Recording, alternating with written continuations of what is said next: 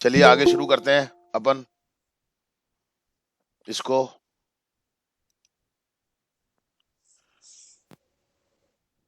कल हमने 2 पैराग्राफ पढ़ लिए थे इसके।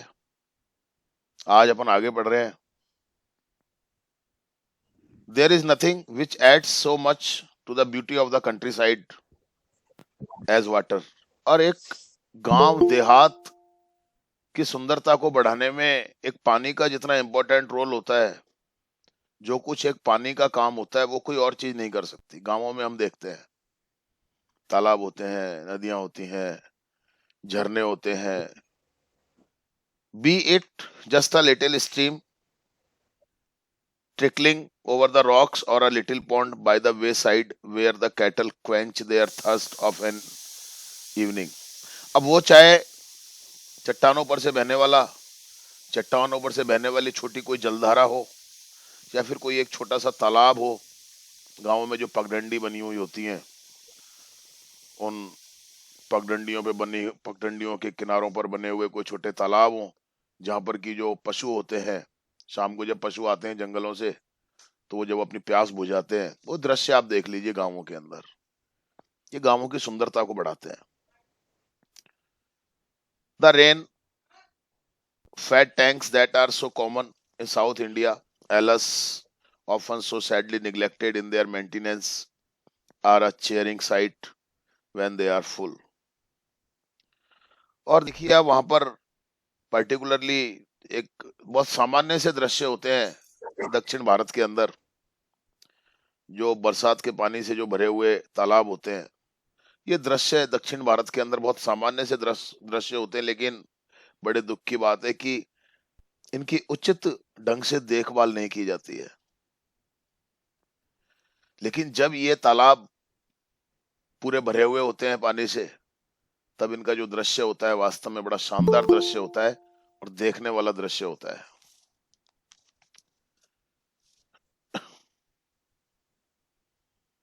दे are of course shallow they are of course shallow but this is less evident since the water is silt laden and throws the light back। Lesson है first, water, और third paragraph चल रहा है ये।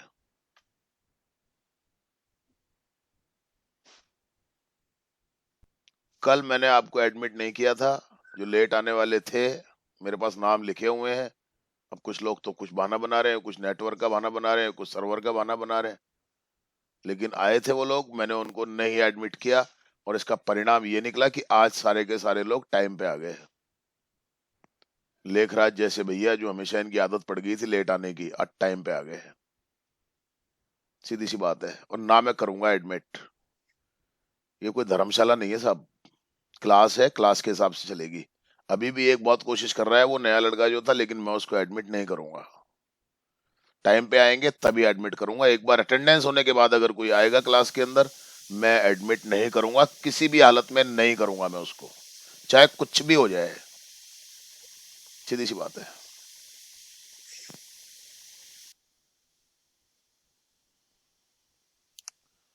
तो निश्चित रूप से ये जो तालाब है, ये थोड़े छिछले हैं, या उथले कह दीजिए आप। उथले का मतलब जिनमें नीचे मिट्टी जमा हो जाती है, तो उनमें कम उसकी उनकी कैपेसिटी कम हो जाती है पानी की।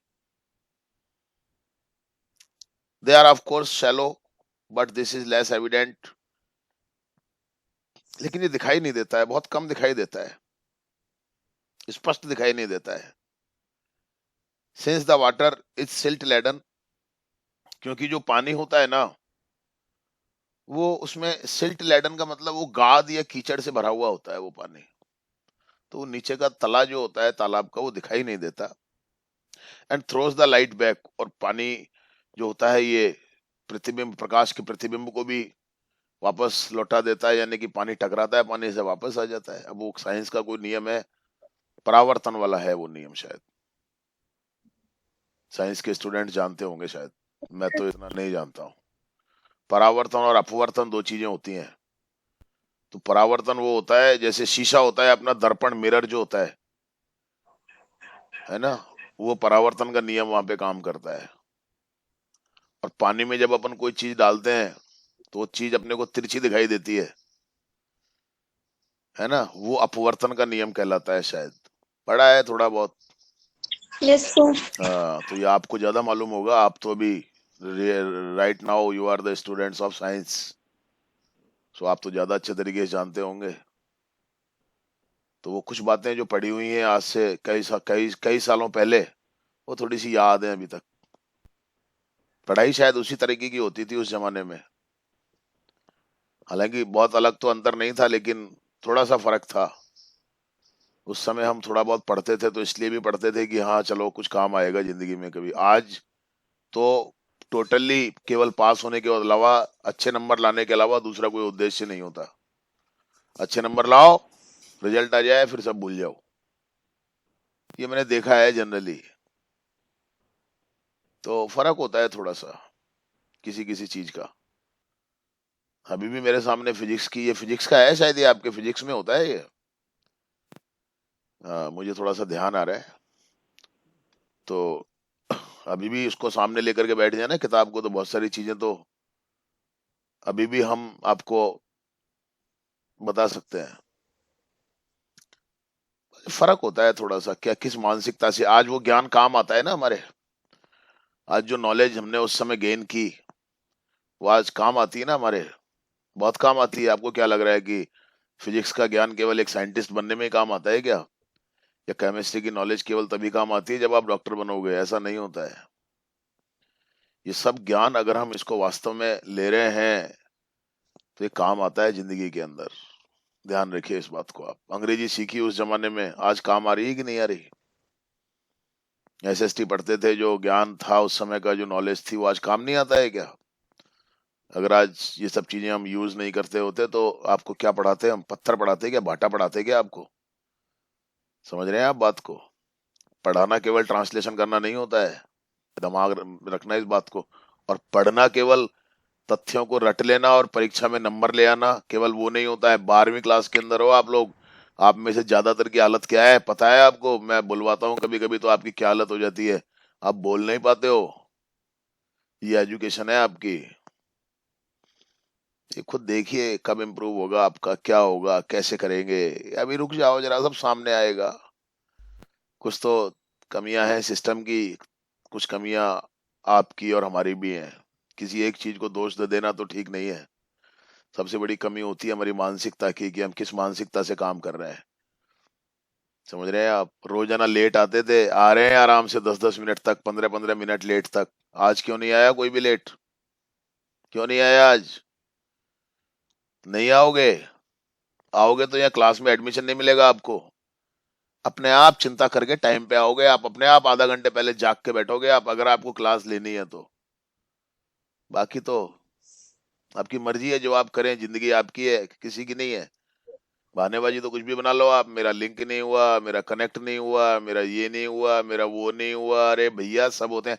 आज भी तो हो गए कनेक्ट आप। आज कैसे कनेक्ट हो गए आप? 10 मिनट पहले मैं लिंक क्यों भेजता हूँ आपको? क्यों भेजता हूँ मैं? बताओ। केवल इसलिए कि आप टाइम पे क्लास के अंदर आओ। तो ये तो अपने ऊपर डिपेंड करता है।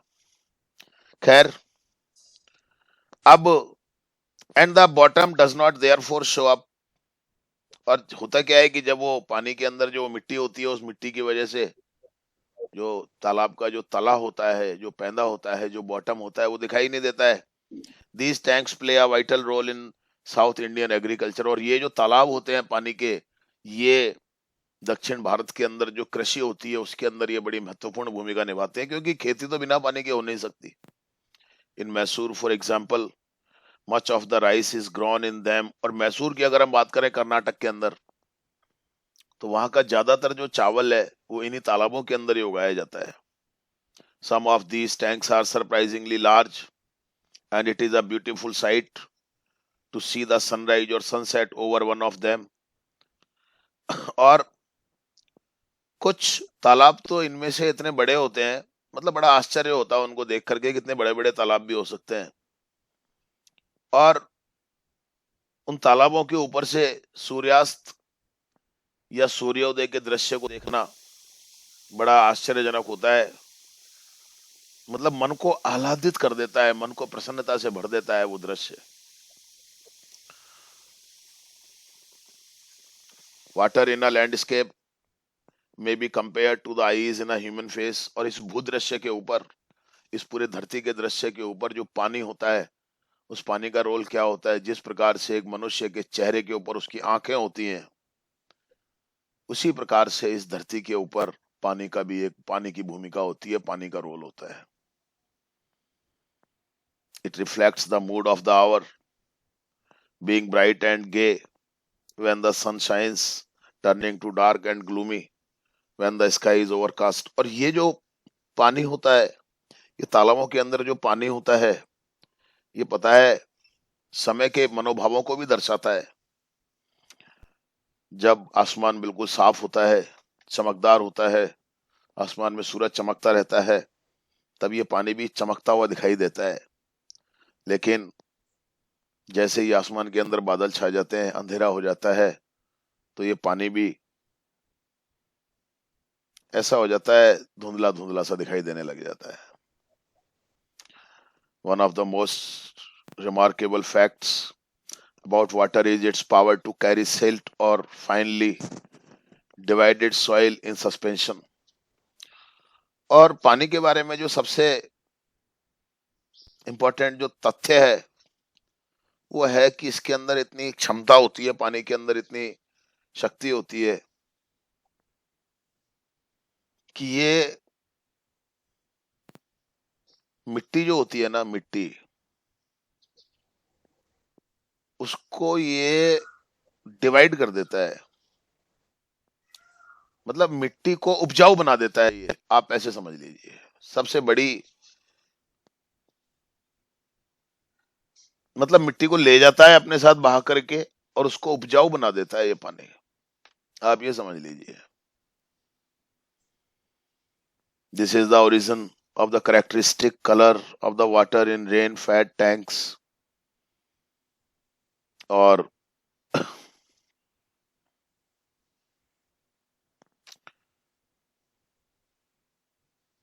यहीं से पानी की जो रंग होते हैं ना, this is the origin, origin का मतलब उत्पत्ति, of the characteristic colour of the water in rain fat tanks, यानी कि बरसात के पानी से जो तालाब भरे हुए होते हैं, उनमें ये जो पानी का जो रंग दिखाई देता है ना, ये इस गाद की वजह से, सिल्ट की वजह से, या इस मिट्टी की वजह से ही इसका रंग ऐसा दिखाई देता है।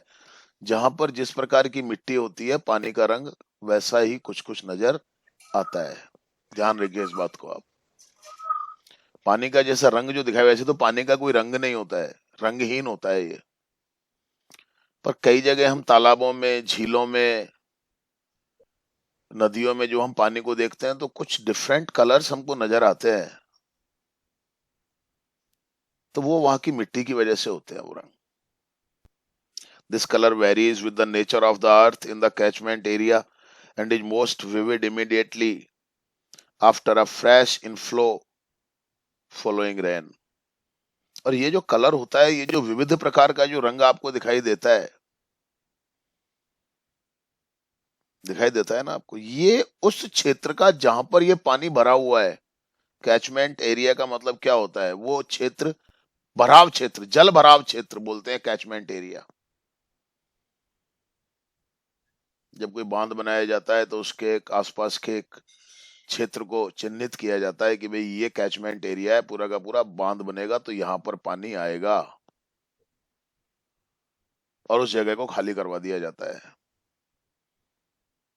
बिसलपुर बांध जब बना था, चूंकि पास में है, बिसलपुर से मेरा बहुत लगाव भी रहा है, बहुत बार गया हूं मैं वहां पे, मैं उसके पास में रहा हूं कई सालों तक। तो बिसलपुर नाम का गांव था, मैंने देखा उस गांव को। मैंने तो उस जगह को तब से देखा है जब से वहां पर बांध था ही नहीं, बिल्कुल नहीं था बांध, बांध नहीं था, बस बनास नदी बहती थी। नदी के इस किनारे पे गांव था बिसलपुर, और नदी के उस किनारे पर मंदिर था। दोनों तरफ पहाड़ हैं, बीच में से नदी निकलती थी। नदी में बहती थी नदी, नदी को हम अपनी साइकिलों से पार कर जाते थे, पैदल निकल जाते थे। अब तो खैर पॉसिबल ही नहीं है। Oh my God.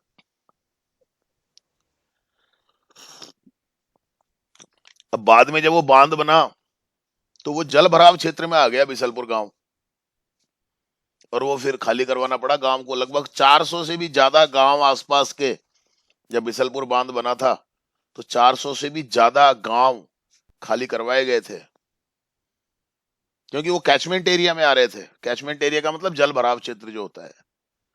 तो जल भराव क्षेत्र जो होता है, वहां की जो मिट्टी होती है उस पर भी डिपेंड करता है पानी का रंग।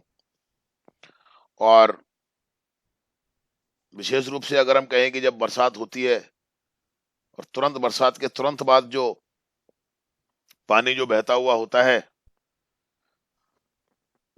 उसका रंग एकदम चमकता हुआ दिखाई देता है।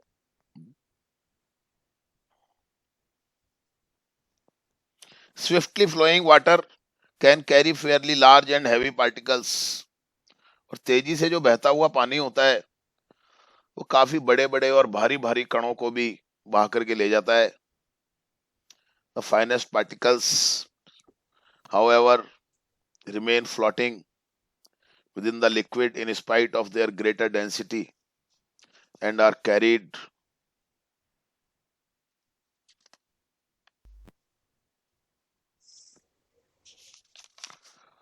to great distances। और जो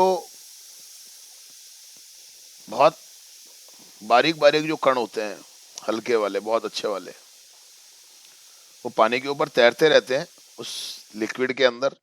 हालांकि उनका जो घनत्व होता है, डेंसिटी, उनकी जो सघनता होती है, उसके बावजूद भी वो काफी दूर दूर तक ले जाए जाते हैं। यानी कि जो कण होते हैं मिट्टी के, बड़े बड़े कण भी होते हैं कई बार, उनको भी इस पानी के द्वारा बहा करके दूर तक ले जाया जाता है। ऐसे तो मिट्टी पहुंचती है, और कैसे पहुंचती है, और फिर कहीं इकट्ठी हो जाती है, रुक जाती है वो मिट्टी, बस वो क्षेत्र जो है उपजाऊ बन जाता है। ये देखिए आप पानी के अंदर गुण, पानी ही, ये जो नदियां होती हैं जो अपने साथ जिस प्रकार से मिट्टी को, चट्टानों को, पत्थरों को बहा करके ले जाती हैं, उसी से ही उपजाऊ मिट्टी का निर्माण होता है। ये रटने की बात नहीं है, ये समझने की बात है। बाकी तो आप रटो या समझो, ये आपको देखना है।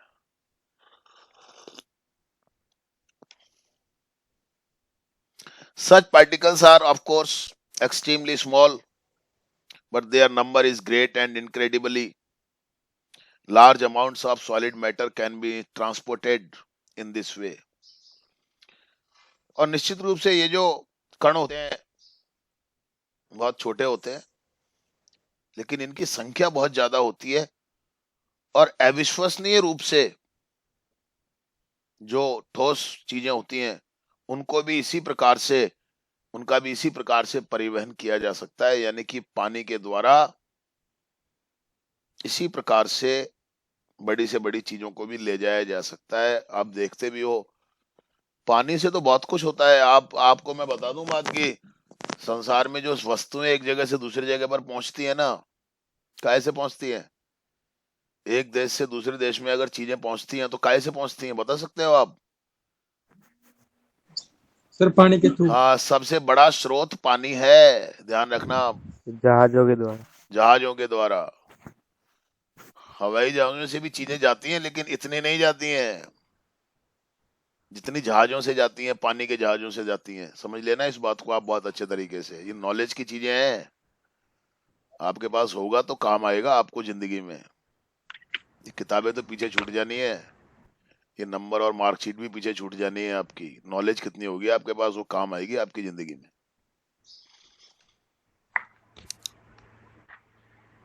When silt ladder water mixes with the salt water of the sea, there is a rapid precipitation of the suspended matter। और जब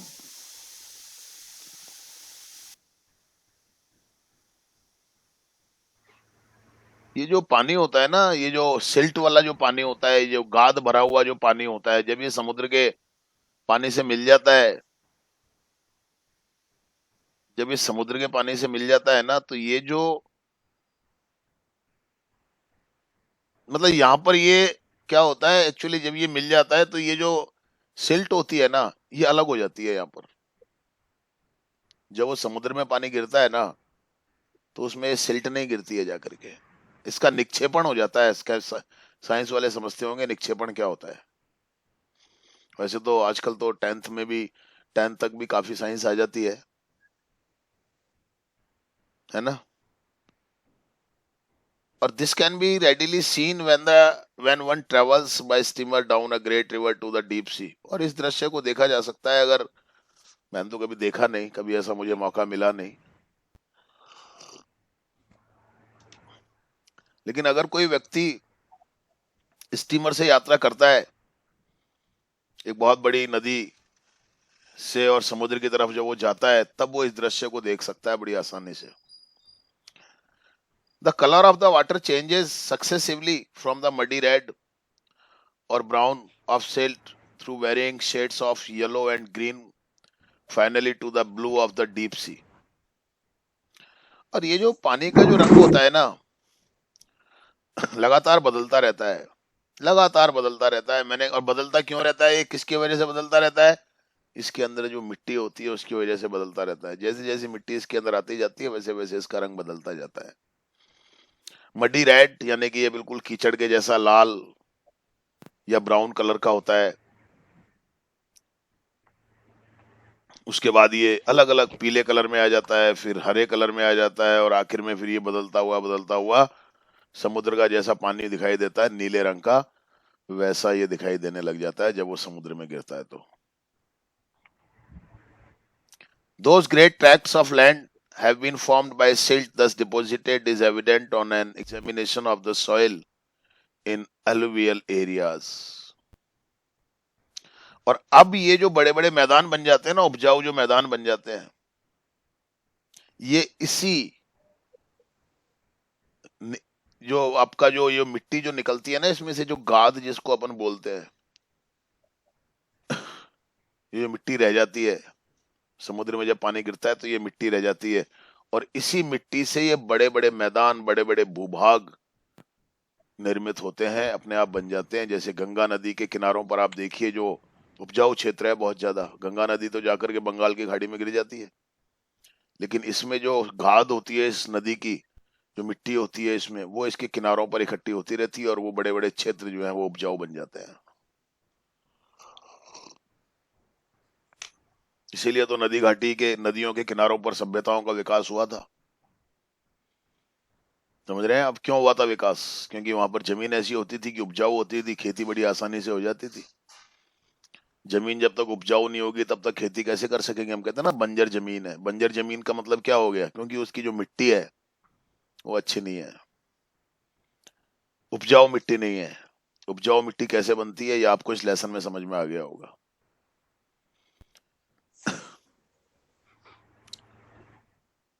Such land consisting as it does of finely divided matter is usually very fertile। और इस प्रकार से जिस भूमि का निर्माण होता है वो बहुत ही उपजाऊ भूमि होती है। अक्सर ये देखा गया है कि ऐसी भूमि बहुत उपजाऊ होती है।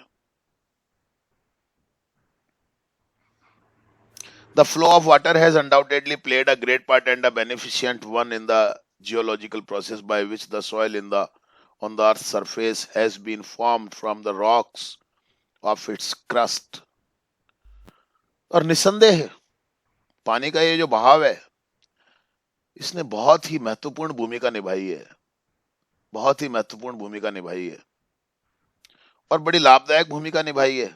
हमारी जो भौगोलिक विकास जो हुआ है, भौगोलिक प्रक्रिया जो है इस धरती की, उस भौगोलिक प्रक्रिया में, भौगोलिक विकास में इस पानी के बहाव ने बड़ी भूमिका निभाई है। और इस भाव से ही तो इस धरती पर मौजूद, इस धरती की सतह पर जो चट्टाने हैं, बड़े बड़े पत्थर हैं, उनको घिस घिस करके इस पानी के बहाव ने ही तो उपजाऊ बनाया है। मानी कि उनको, इन जो पानी की जो बड़ी बड़ी चट्टाने जो होती हैं, ये जो पहाड़ों की, ये जब पानी में आती है, पानी के साथ बहती है, नदी के साथ बहती है, तो ये मैंने आपको बताया था किस तरीके से रोल होती रहती हैं, होते होते होते होते घिसती रहती हैं, और ये एक मिट्टी बन जाती है इनकी बिल्कुल बारीक। बताया मैंने आपको एग्जाम्पल, आपकी बजरी जो होती है वो इसी का एक एग्जाम्पल है। बजरी क्या है? इन चट्टानों का चूरा ही तो है, और क्या है। कई बार आप देखते होंगे चिकने चिकने से पदार्थ, चिकने चिकने से पत्थर भी निकलते हैं बजरी में। तो वो चिकने कैसे हो जाते हैं? ऐसे बस रोल करते करते करते, कोई भी चीज घिसते घिसते घिसते घिसते घिसते घिसते वो घिस जाते हैं, छोटे होते जाते हैं, छोटे होते जाते हैं, छोटे होते जाते हैं। इतना सा जो पत्थर आता है हमारे हाथ के अंदर, चिकना, आपको क्या लगता है वो चिकना कैसे हुआ? वो घिसते घिसते घिसते घिसते घिसते घिसते वो चिकना हो गया। The same agency, however, under appropriate conditions, can also play a destructive part and wash away the soil, which is the foundation of all agriculture, and if allowed to proceed unchecked, can have the most disastrous effects on the life of the country. और यही पानी, एक अच्छी भूमिका भी इसकी है, जीवन भी देता है, लेकिन यही पानी कुछ विशेष परिस्थितियों में विनाशकारी भी हो जाता है। जब ये मिट्टी को बनाता भी है, मिट्टी को उपजाऊ भी करता है, उपजाऊ मिट्टी का निर्माण भी करता है ये, लेकिन यही पानी कुछ विशेष परिस्थितियों में उस उपजाऊ मिट्टी को बहा करके भी ले जाता है, जो कि खेती की नींव है। बिना इस मिट्टी के खेती कर सकते हैं क्या अपन? नहीं कर सकते अपन। और इस उपजाऊ मिट्टी को बहा करके भी ले जाने का काम ये पानी करता है कुछ विशेष दशाओं में। अगर हम इसको रोके नहीं, समझ रहे हैं ना मेरी बात को आप? अगर हम इस मिट्टी के कटाव को रोके नहीं, पानी तो कटाव करेगा, लेकिन ये तो हमें रोकना पड़ेगा उस कटाव को। तो ये विनाशकारी परिणाम भी दे सकता है एक देश के लिए। ये ध्यान रखिए आप। पानी हमारे लिए उपजाऊ मिट्टी का निर्माण भी करता है, पानी का बहाव। तो पानी का जो बहाव होता है वो उस उपजाऊ मिट्टी को बहा करके भी अपने साथ ले जा सकता है। ठीक है, बस आज के लिए इतना ही बहुत है। Thank you very much.